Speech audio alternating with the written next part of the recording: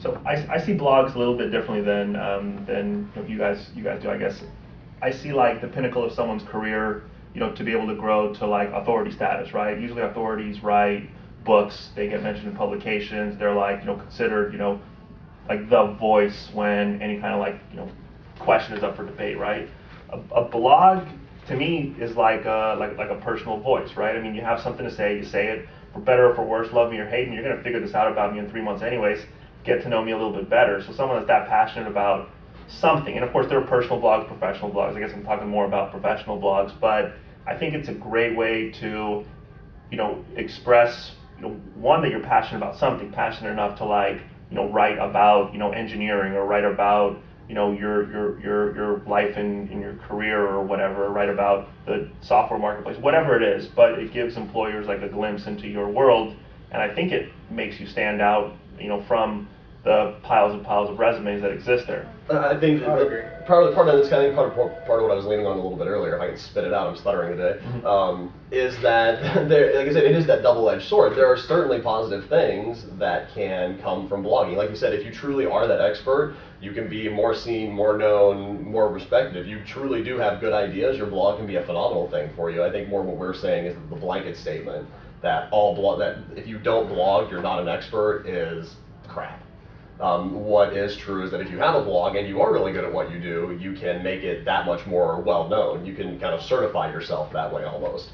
But the double-edged side of it is that if you're an idiot and you don't know what the hell you're talking about, then that becomes known that much quicker also. I think a better statement would be, if you are at the top of the food chain, whatever your industry is, then you should have a blog. You might consider starting a blog, right? Yeah, then you should have one. You should be putting your opinions out there. You should be an authority, Somebody should be ranking blogs, should be ranking authorities on blogs. Yeah. We gotta find out why they're doing that.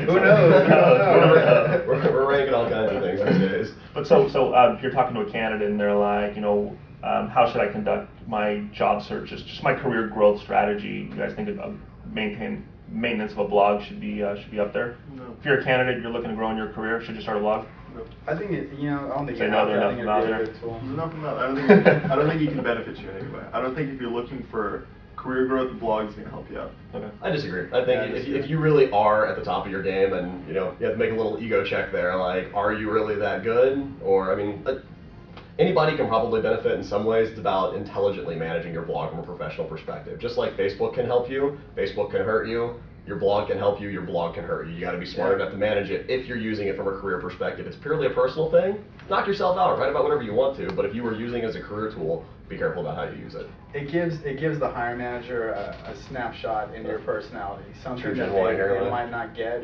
just out of going through a typical interview process. So it kind of accelerates the learning curve as far as who you're bringing onto your company. You can kind of reach inside and find out about that person. Things you probably wouldn't find out if, unless you were working with someone for 3 months or 6 months in. Exactly. And then eventually, long game, you can be comfortable in making the right decision because you know that person a little bit better than just through the 3 interviews. I think kind of just following up with what Grant said, that could definitely hurt someone as well as benefit them if you're getting an inside look into who these people really are.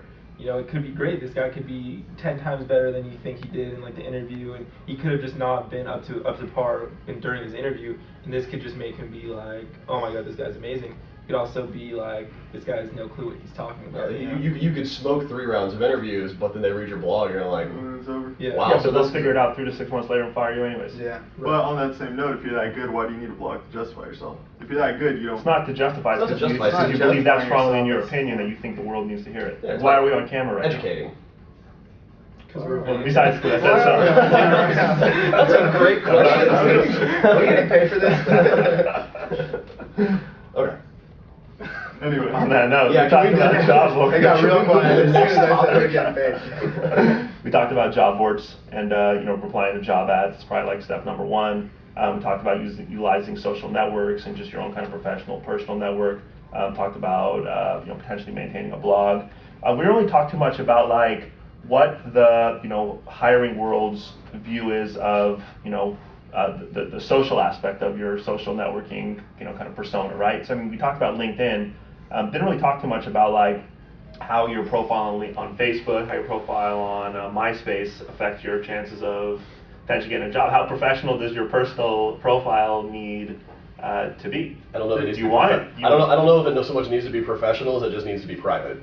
Like that's the Yeah, biggest. as long as you keep it private and the people that you don't want to see it don't see it, then it's like no harm, whatever. It's no big deal. But it's like if you open yourself up to the world and you have stuff there that like some people could frown upon, probably not the best idea. Once an employer sends you a connection on MySpace or Facebook.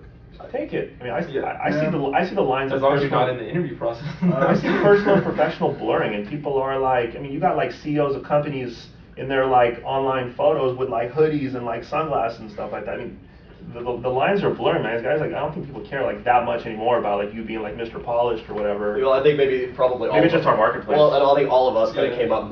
came up like through college and through our professional lives more from a business track. And I think to some extent, like the software world's a very different world, and we're all quickly learning that and learning more and more about it. But it was funny. I had a candidate interview the other day, and he was like, I think I felt like I was going to be at home when the CEO walked through at 10 o'clock in the morning, beer in hand. And he was like, I think I'm going to like this place.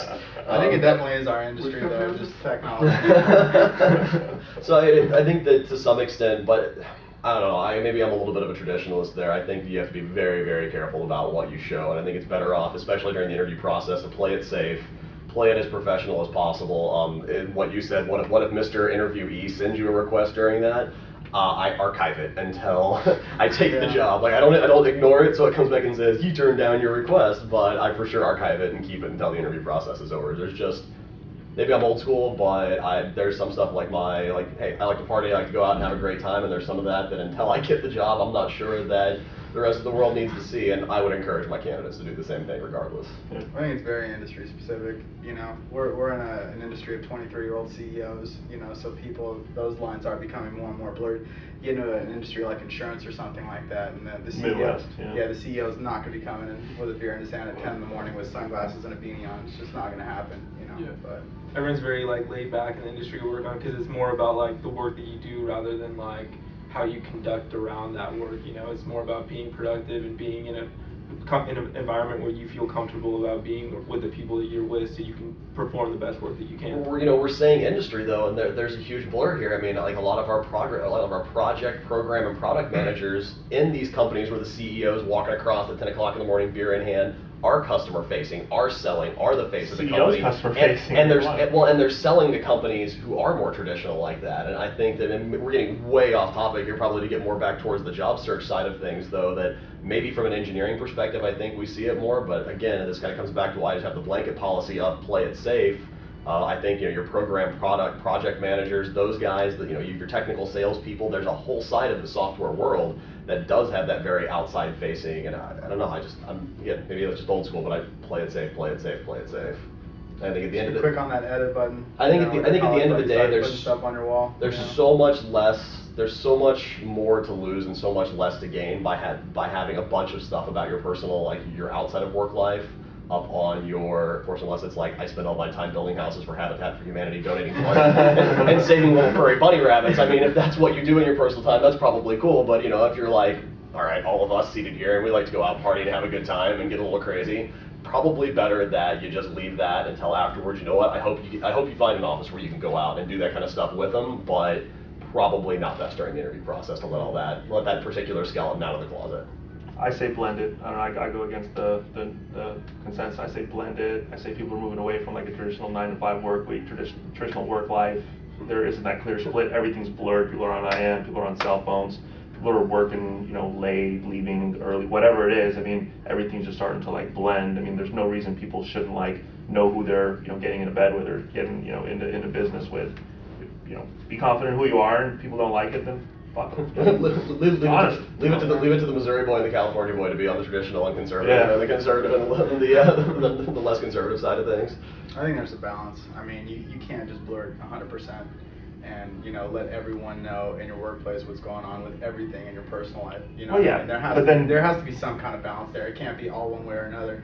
And by the flip side of that, you can't be 100% business when you're there and then 100% not when you're not there.